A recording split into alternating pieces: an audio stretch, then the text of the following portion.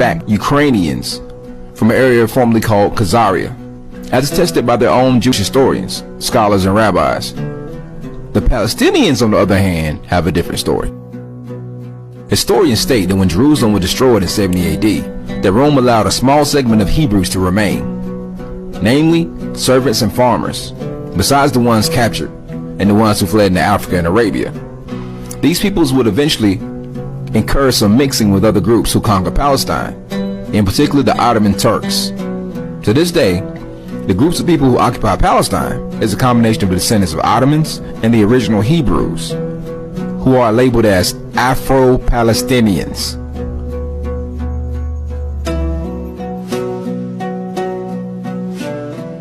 The African presence is still visible in Israel today. There are thousands of African Palestinians who live in Israel with deep roots to the land, whose ancestors date back for centuries. I met with Ali Jaddah, tour guide, and the informal mayor of the African Palestinians in Old Jerusalem. I asked him about his life and relations between the Afro-Arabs and the Jews. Well, life for him, I think it's the hell. I'm one of those people who had experienced that. To be Palestinian, that's a big problem. But to be a black Palestinian, I'm quite convinced it will be the hell, because as a black Palestinian, I am double oppressed by the Israelis. In what way? In what way? I will explain it. First of all, they oppress me as a Palestinian, you see.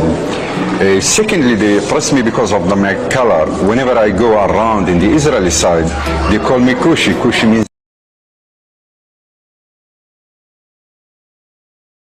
So, in Israel, the land of God, people who are the brothers of the Arabs, two brothers, you are called nigger in America? Let's say on the surface, this is what they say, that this is the land of God and we are cousins and there should be total equality. But once you come to the practice, when you come on ground, you will find that there is a lot of discrimination and there is a real divorce between what they say and what they exercise. Blacks and whites who watch the show saying, so why stay? Why stay when you are called nigger every day? Why stay when you are denied your rights? On the contrary, the more they humiliate me, the more they oppress me, the more I stick to my land. Because this is my land. I'm so rooted. We are deeply rooted as Africans, as Palestinian Africans in this land. And we know pretty well that our ancestors, I'm talking about thousands and thousands of years, had been here in this country, but they were spread away, taken to Africa, from Africa to the United States. Our ancestors, I'm talking about thousands and thousands of years, had been here in this country, but they were spread away, taken to Africa, from Africa to the United States, from Africa to the United States, from Africa to the United States, from Africa to the United States.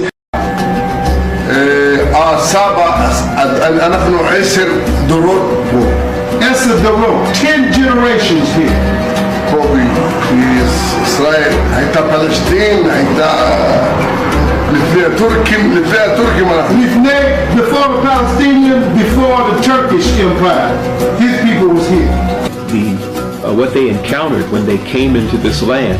This is a book they wrote 30 years prior to the declaration of Israel's independence.